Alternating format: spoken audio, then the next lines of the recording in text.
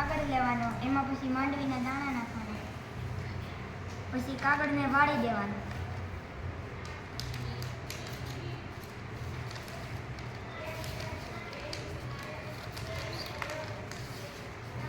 પછી એને ખાંડવાનું.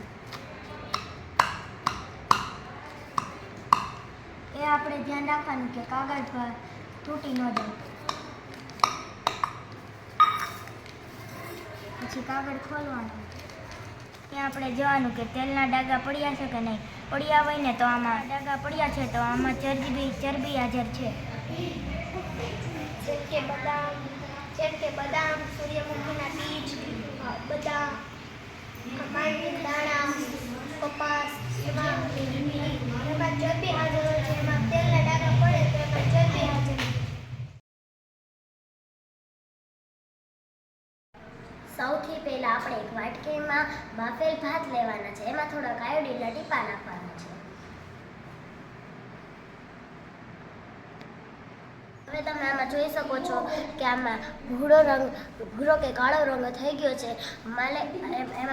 એમાં સ્ટાર્ચની હાજરી છે. જેમ કે લીલા શાકભાજી, ગળ્યું વસ્તુ, એમાં સ્ટાર્ચની હાજરી હોય છે.